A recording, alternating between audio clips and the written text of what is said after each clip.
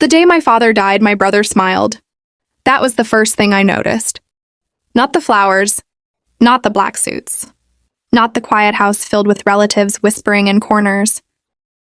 Not even the photograph of Dad sitting above the fireplace, looking exactly as he had looked for most of his life. Serious, proud, and impossible to impress. I noticed my brother's smile. It wasn't a happy smile. It was the smile of a man who believed he had finally won. And I didn't understand why until the lawyer opened Dad's will. My name is Emma, and for most of my life, my older brother Daniel had been the favorite. Dad never admitted it. Mom never admitted it. Daniel probably never even realized it. But I knew. Daniel was the son who could walk into a room 5 minutes, late and still receive a hug. He was the son Dad called when the family business had a problem. He was the son whose mistakes were called learning experiences. And I was the daughter who was expected to understand. If Daniel needed help, I understood. If Daniel needed money, I understood. If Daniel wanted something, I was supposed to step aside. I had spent years convincing myself that it didn't matter. Then Dad died. And suddenly every old wound felt fresh again. The funeral had ended that afternoon.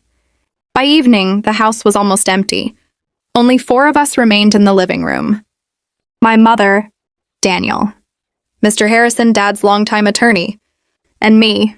Mr. Harrison placed a thick leather folder on the table. Daniel leaned forward immediately. He didn't even try to hide his excitement. "So," he said, looking at the folder, "Dad finally made everything official?" Mom gave him a warning look. "Daniel." "What?" "Your father just died."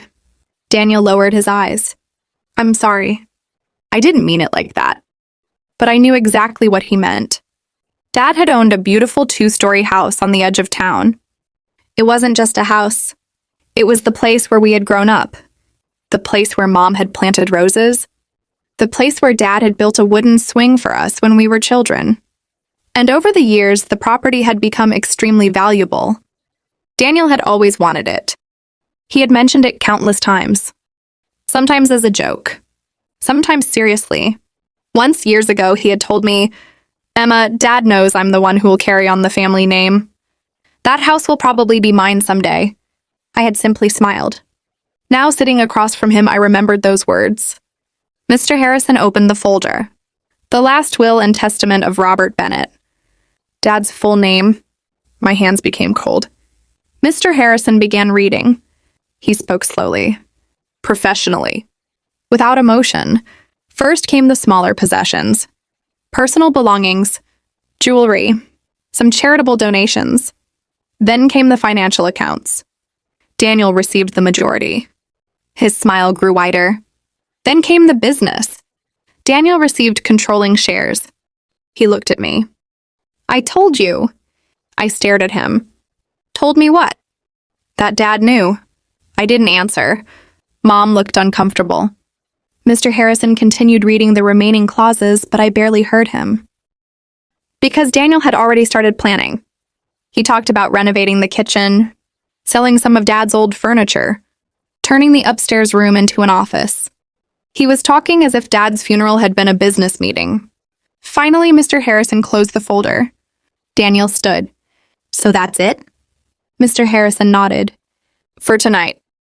Daniel frowned. "For tonight?" Mr. Harrison looked at him. "There are some administrative matters that still need to be completed." Daniel shrugged. "Fine." Then he looked around the room. "This is my house now." Those words hurt more than I expected. Not because I wanted the house, but because he said it like Dad had never lived there. Like Mom had never raised us there. Like our childhood had suddenly become property paperwork. Daniel walked toward the hallway. Then he stopped. He turned back toward me. "You can keep some of Mom's things if you want." I stared at him. "That's generous." He smiled. "I know this is difficult for you." I almost laughed. Difficult? He had no idea. But I wasn't going to fight him. Not that night. I went upstairs to my old bedroom. The room looked exactly as it had when I was 17. The same wooden desk. The same window. The same faded mark on the wall where Daniel had thrown a baseball indoors and blamed me for it. I sat on the edge of the bed. Then I heard footsteps. Mom entered. She closed the door behind her. Emma? I'm okay.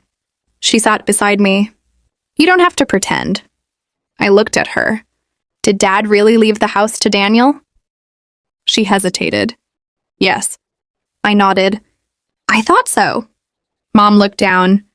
There was something your father told me before he died. My heart skipped. What? She didn't answer immediately. Instead, she whispered, he told me not to let Daniel make any decisions about the house until Mr. Harrison finished everything. I stared at her. Why? I don't know. Mom, what exactly did Dad say? She looked toward the door. Then she lowered her voice. He said the will is not the whole story. I felt a chill. What does that mean? I don't know. Before I could ask another question, we heard Daniel downstairs. Mom? She stood quickly. I should go.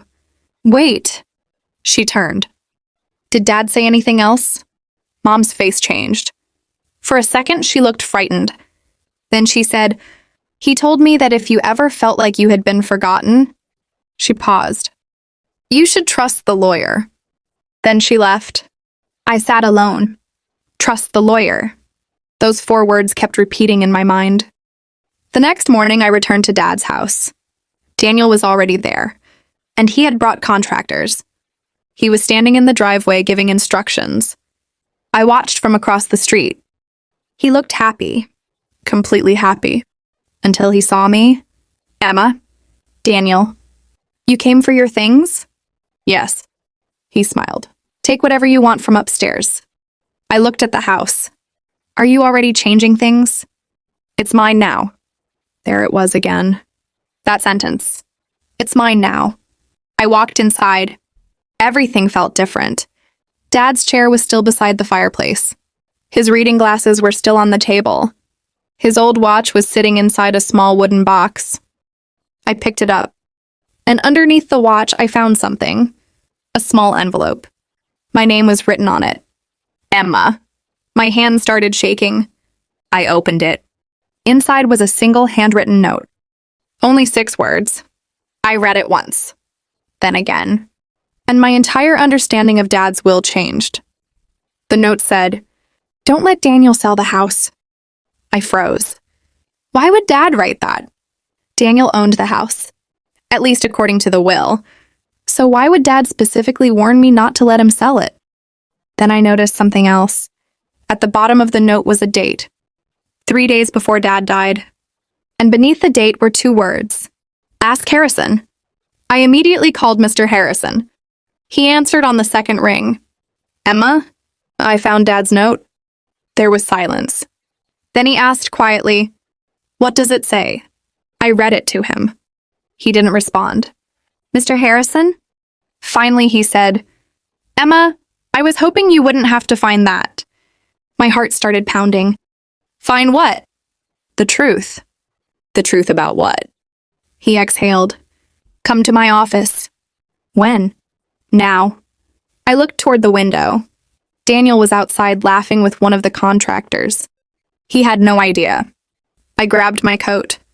Because suddenly, I wasn't wondering whether Dad had forgotten me. I was wondering something much bigger.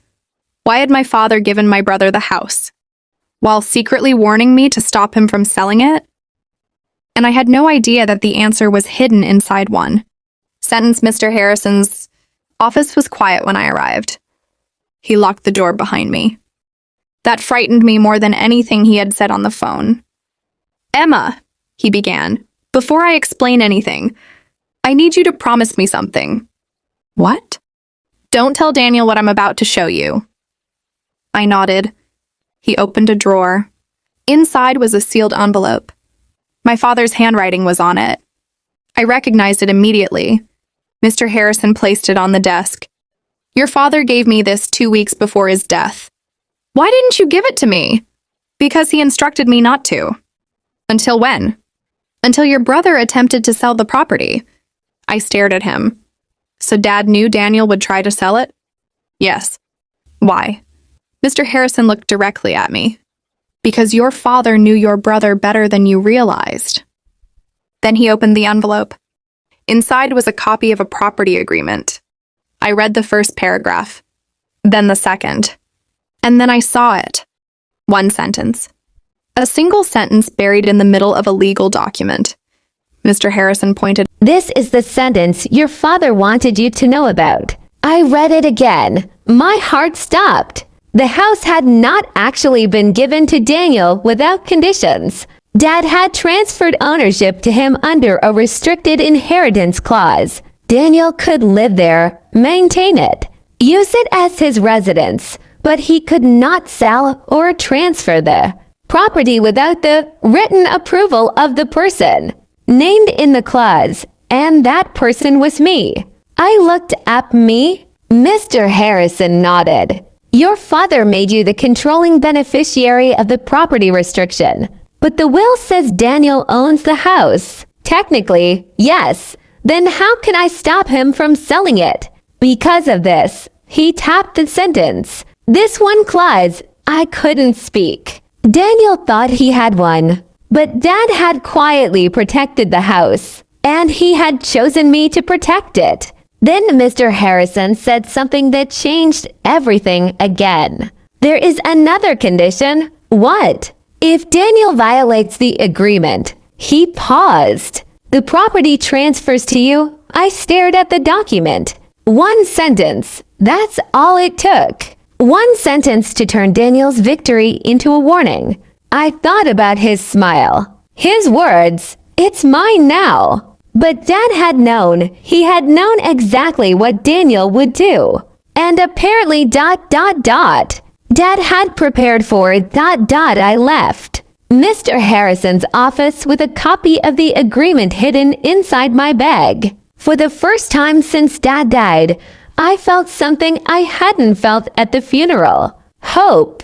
Not because I wanted Daniel's house. Not because I wanted his inheritance. But because Dad had finally left me something more valuable than money. Proof that he had seen everything. When I returned to the house, Daniel was standing in the kitchen. He looked irritated.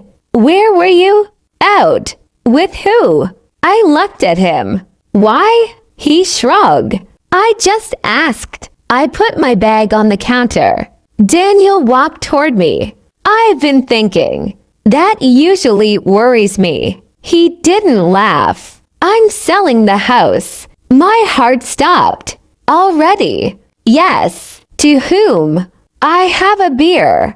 I stared at him. Daniel, Dad hasn't even been gone a week. And don't you think that's a little fast? He smiled. It's my property. I remembered Dad's note. Don't let Daniel sell the house. I kept my voice calm. Are you sure you can sell it? His smile disappeared for a second. What kind of question is that? Just asking. Yes, Emma, I can sell my own house. He walked away, then stopped. Oh, and I'm changing the locks tomorrow. I turned around. Why? Because you're not staying here. I almost laughed. Dad's will doesn't say that. I don't care what the will says. Then he looked directly at me. I'm giving you 3 days to get your things. There it was. The first mistake. Daniel had no idea that the agreement prohibited him from forcing me out. And I wasn't going to tell him. Not yet. Okay, I said. He looked surprised. Okay, sure. He smiled. Good. Then he walked away. I waited until he was upstairs. Then I called Mr. Harrison. He's selling the house. I expected that. He's also trying to remove me. There was silence. Emma, do not confront him. I won't. Let him continue. Why? Because every action he takes creates evidence. I understood immediately. Dad hadn't simply left me protection. He had built a trap. And Daniel was walking straight into it. The next morning, Daniel brought a real estate agent. Her name was Rachel. She looked professional and completely unaware of the family drama. Daniel showed her around. "This place should sell quickly," he said. Rachel nodded. "It's a beautiful property." I stood in the hallway. She noticed me. "Are you family?" Daniel answered before I could. "My sister." Rachel smiled politely. "Are you moving out?" I looked at Daniel. "Yes." He smiled. "Very soon." Rachel looked uncomfortable. "Okay." She continued taking photographs. Then Daniel said something I knew would matter later. "Don't photograph the basement." Rachel looked confused. "Why?" "It's just storage." I glanced at him. That was strange. Dad had spent years keeping people away from that basement, and now Daniel was doing the same. I waited until Rachel left. Then I went downstairs. Daniel followed. "What are you doing?" "Looking for my old things." He blocked the doorway. "I told you the basement isn't yours." I stared at him. Dad's will didn't exclude me from it. He stepped closer. "Emma, stop making this difficult." I said nothing. He turned around. Then I noticed something. The old wooden cabinet Dad had kept locked for years. Its doors were open. Inside was an empty shelf. Dad's documents were gone. My heart began racing. I remembered Mr. Harrison's words. "Your father gave me this 2 weeks before his death." What had Dad kept here? I looked at Daniel. "Did you take something from this cabinet?" He froze. "No." "You're lying." His face hardened. "You don't know what you're talking about."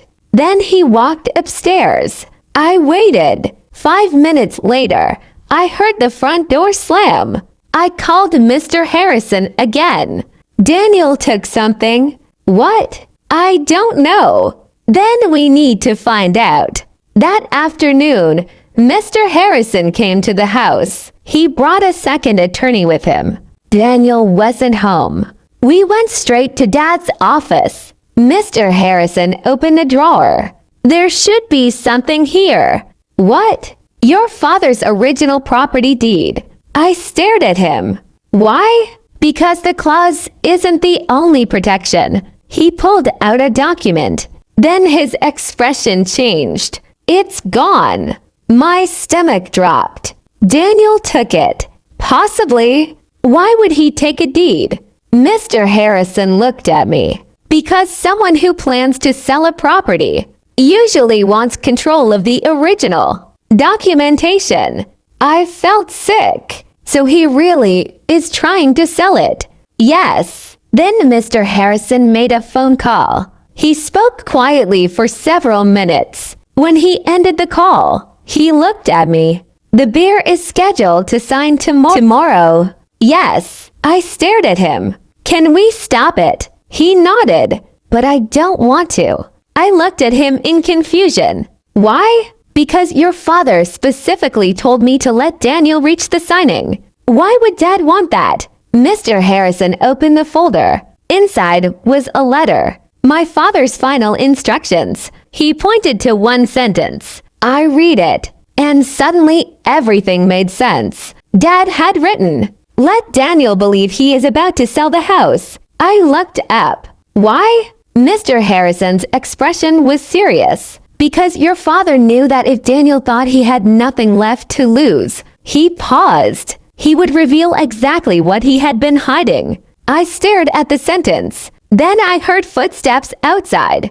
Daniel had returned. He entered the room, saw the lawyer, saw the documents, and immediately knew something was wrong. "What are you doing in Dad's office?" Nobody answered. Daniel looked at me, then at Mr. Harrison. Finally, he smiled. "Don't worry." He pulled a folded document from his jacket. "The house is already sold." My heart dropped. He placed the document on Dad's desk. "Tomorrow morning, I sign the final papers." Then he smiled at me. And after that, he pointed toward the front door. "You're out." Mr. Harrison looked at the document, then calmly said, "Daniel, you may want to read the bottom of page 3. Daniel's smile disappeared. "What?" "The sentence you apparently didn't notice." Daniel slowly unfolded the document. His eyes moved down the page, then stopped. His face went completely pale, because beneath the sale agreement was the same clause Dad had hidden in the inheritance. And beneath that clause was my name. Daniel stared at the document. His face had lost all its color. "What is this?" Mr. Harrison remained calm. "You should read the entire page." Daniel looked down again. His eyes moved slowly across the paragraph. Then he looked at me. "You knew." "No. You knew about this clause. I found out yesterday." Daniel laughed nervously. "You're lying." "I didn't know until Dad's lawyer showed me." He turned toward Mr. Harrison. "You can't do this." "I didn't create the agreement," Mr. Harrison replied. "Dad did." Daniel slammed the document onto the desk. "Dad told me I own this house. You inherited the house. Then I can sell it. Not without Emma's written approval." Daniel stared at me. "So that's what this was?" "What?" "Dad gave me the house just so he could secretly give you control over it." I shook my head. "No." "Then what?" "He gave you the house because he wanted to see what you would do with it." Daniel's jaw tightened. "And apparently I failed." Nobody answered, because we all knew the truth. The next morning, Daniel arrived at the real estate office with the beer. I wasn't there. Neither was Mr. Harrison. But Dad had arranged for someone else to be there. The beer's attorney. She placed the property agreement on the table. "Before we proceed," she said, "there's a problem." Daniel frowned. "What problem?" "The seller does not have unrestricted authority to transfer the property." Daniel immediately stood. "What?" She pointed toward the clause. "This agreement requires written consent from the secondary beneficiary." Daniel stared at the name. Emma Bennett. His hands tightened into fists. "I can get her signature." The attorney looked at him. "Can you?" "Yes." "When?" "Today." She closed the folder. "Then we can continue when you have it." Daniel left the office furious. He called me immediately. I didn't answer. He called again. I didn't answer. Then he sent a message. "We need to talk." I stared at the screen. For the first time in my life, Daniel needed something from me. And it wasn't money. It wasn't help. It wasn't forgiveness. It was my signature. I called him back. "What?" "Meet me at the house." "No." "Emma, please." That word surprised me. Daniel never said please. "Why?" "I want to explain." "Explain what?" He was silent. Finally, he said, "Everything." I met him that evening. He was sitting alone in Dad's living room. No contractors, no real estate agent, no expensive suit. Just Daniel, my brother. He looked exhausted. "I made a mistake," he said. "You made several." "I know." "You tried to throw me out." "I know." "You tried to sell Dad's house without telling me." "I know." "You took the original documents." He looked away. I was scared.